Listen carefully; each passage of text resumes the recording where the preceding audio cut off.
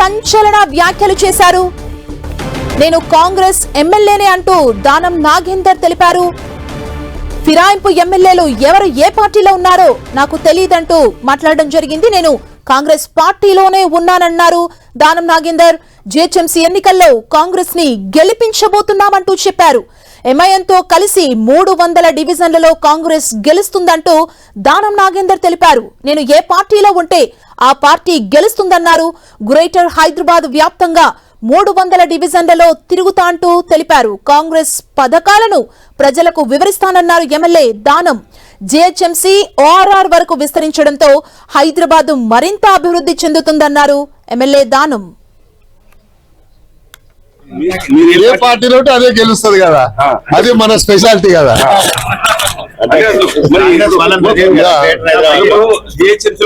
మీరే గెలవాలంటారు, ఏ పార్టీ గెలవాలి? పార్టీ పరంగా కాంగ్రెస్ గెలుస్తుంది కదా, ఇంకే గెలిస్తే వేరే పార్టీ గెలుస్తుందా?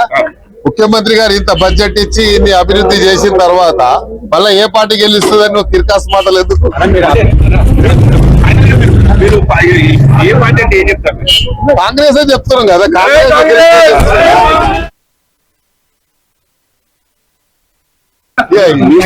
ఏ పార్టీలో అదే గెలుస్తుంది కదా, అది మన స్పెషాలిటీ కదా.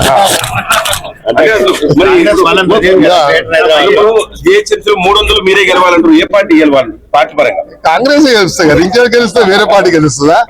ముఖ్యమంత్రి గారు ఇంత బడ్జెట్ ఇచ్చి ఇన్ని అభివృద్ధి చేసిన తర్వాత మళ్ళీ ఏ పార్టీ గెలుస్తుందని నువ్వు తిరకాసు మాటలు ఎందుకు? మీరు ఏ పార్టీ అంటే ఏం చెప్తారు? కాంగ్రెస్ చెప్తున్నాం కదా. కాంగ్రెస్ ఎమ్మెల్యే దానం నాగేందర్ కామెంట్స్ కి సంబంధించి మరింత సమాచారం మా ప్రతినిధి ప్రతాప్ అందిస్తారు. మనకు ప్రతాప్.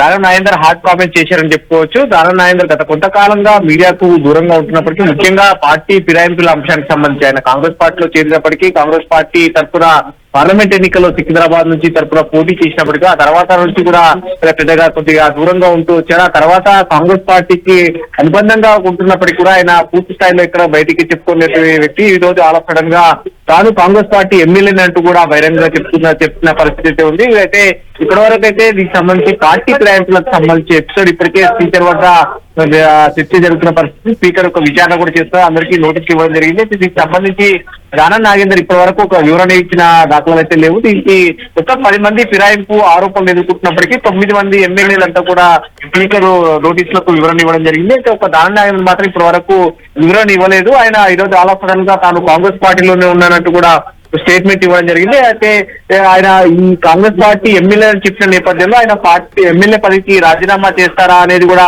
ఇప్పుడు ఇంట్రెస్టింగ్ గా మారిన పరిస్థితి ఉంది. ఎందుకంటే ఆయన ఆలోచనగా పార్టీ కన్వాల్ వేసుకోవడంతో కాకుండా పార్టీకి పూర్తి స్థాయిలో పార్టీలోనే యాక్టివిటీగా జరుగుతున్న పరిస్థితి. నెక్స్ట్ వచ్చే జీహెచ్ఎంసీ ఎన్నికలకు సంబంధించి కూడా ఎంఐఎంతో కలిసి మొత్తం ఇప్పుడు జీహెచ్ఎంసీ పరిధినంతా కూడా ఓఆర్ఆర్ వరకు విస్తృతంగా చేసిన పరిస్థితి ఉంది. కాబట్టి ఓఆర్ఆర్ వరకు అయిన నేపథ్యంలో జీహెచ్ఎంసీ డివిజన్స్ కూడా ప్రజెంట్ 150 ఉన్న డివిజన్స్ 300 చేయబోతున్నట్టు కూడా ఇప్పటికే ప్రభుత్వం ప్రకటించింది. కాబట్టి ఆ 300 డివిజన్స్ అన్నింటినీ కూడా ఎంఐఎంతో కలుపుకొని కాంగ్రెస్ పార్టీ ఖచ్చితంగా గెలవబోతుంది. తాను ఏ పార్టీ నుంచి ప్రచారం చేస్తే అక్కడ జీహెచ్ఎంసీలో ఖచ్చితంగా పార్టీ జెండానే ఎగురబోతుందని చెప్పేసి కూడా చెప్పారు. ఇంకా నెక్స్ట్ జీహెచ్ఎంసీ ఎన్నికలకు సంబంధించి కూడా కాంగ్రెస్ పార్టీ తరఫున ప్రచారం చేస్తాను, కాంగ్రెస్ పార్టీని ఖచ్చితంగా గెలిపించుకుంటానంటూ కూడా కామెంట్ చేశారు. సో మొత్తం మీద ఇప్పుడు ఈ కామెంట్ చేసిన నేపథ్యంలో వారు మరోసారి ఫిరాయింపుల అంశం కానీ మరో ఈ అంశం అంతా కూడా చర్చకు వచ్చిన పరిస్థితి అయితే కనపడతా ఉంది. దీనికి సంబంధించి కూడా ఆయన కాంగ్రెస్ పార్టీ ఎమ్మెల్యేని చెప్పిన నేపథ్యంలో ఆయన ఎమ్మెల్యే పదవికి రాజీనామా చేస్తారా లేదంటే స్పీకర్ నోటీసులకు సంబంధించి ఇప్పటి వరకు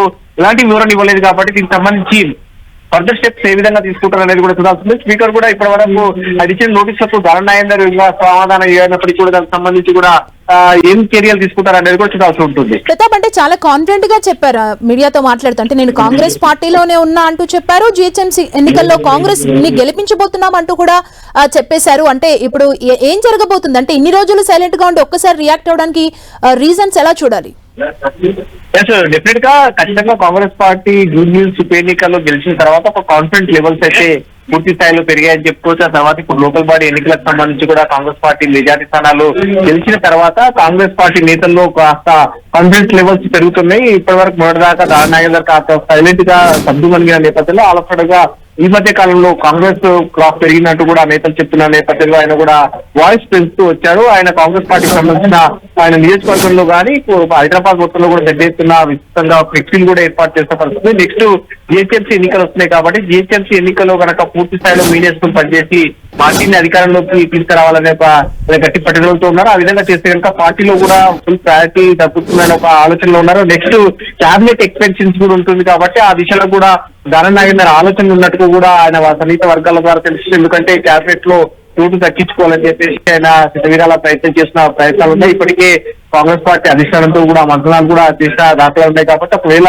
ఎమ్మెల్యే పదవికి రాజీనామా చేసి క్యాబినెట్ లో చేరుతారా లేదా అనేది కూడా చూడాల్సింది. ఎందుకంటే ఒకవేళ హైకమాండ్ కనుక గ్రీన్ సిగ్నల్ ఇచ్చినట్లయితే కనుక క్యాబినెట్ ఎక్స్పెన్షన్ కూడా సంక్రాంతి తర్వాత జనవరి 5 తర్వాత ఏ క్షణమైనా ఉండే అవకాశం ఉన్నట్టు కూడా కాంగ్రెస్ పార్టీ వర్గాల ద్వారా తెలిస్తే. సో మొత్తం మీద క్యాబినెట్ ఎక్స్పెన్షన్ లో అది చోటు తగ్గించుకోవడం కోసం ఇలాంటి ప్రయత్నాలు చేస్తున్నారా? ఈ విధంగా కాంగ్రెస్ పార్టీకి సంబంధించి బూస్టప్ చేయడానికి, ఎందుకంటే జిహెచ్ఎంసీ పరిధిలో కాంగ్రెస్ పార్టీకి పెద్ద ఎత్తున అది పెద్దగా బలం లేకపోయిన నేపథ్యంలో ఆయన పూర్తి స్థాయిలో ముందేసుకొని పనిచేయాలని ఒక ఆలోచన చేస్తున్నట్టుగా ఉంది. ఎందుకంటే జిహెచ్ఎంసీ పరిధిలో మొత్తం 23 కాన్స్టిట్యూన్సీలు ఉంటే అసెంబ్లీ ఎన్నికల సందర్భంగా ఒక్క సీటు కూడా కాంగ్రెస్ పార్టీకి దక్కలేదు. ఆ తర్వాత వచ్చిన ఉప ఎన్నికల్లో కంటోన్మెంట్ లో కాంగ్రెస్ పార్టీ గెలవడం కానీ, ఆ తర్వాత జూబ్లీస్ లో కూడా కాంగ్రెస్ పార్టీ గెలవడం కానీ కాంగ్రెస్ వేవ్ ఉంటున్న నేపథ్యంలో నెక్స్ట్ ఆయన హైదరాబాద్ స్థానాన్ని కూడా రాజీనామా చేసి వచ్చే ఉప ఎన్నికల్లో కూడా పోటీ చేయాలని ఒక ఆలోచన కూడా చేస్తున్నారు. సో మొత్తం మీద దీన్ని దృష్టిలో పెట్టుకుని ఆయన క్యాబినెట్ లో చోటుతో పాటు ఒకవేళ ఎమ్మెల్యే పదవి కూడా రాజీనామా చేసి అంత కూడా ఆలోచనలు కూడా దానం నాయకులు ఉన్నట్టు కూడా ఆయన సన్నిహిత వర్గాలు చెప్తున్నారు.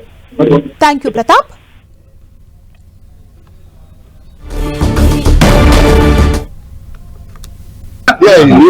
ఏ పార్టీలో ఉంటే అదే గెలుస్తుంది కదా, అది మన స్పెషాలిటీ కదా. జిహెచ్ఎంసీ 300 మీరే గెలవాలంటారు. ఏ పార్టీ గెలవాలి పార్టీ పరంగా? కాంగ్రెస్ గెలుస్తుంది కదా. రింజల్ గెలిస్తే వేరే పార్టీ గెలుస్తుందా?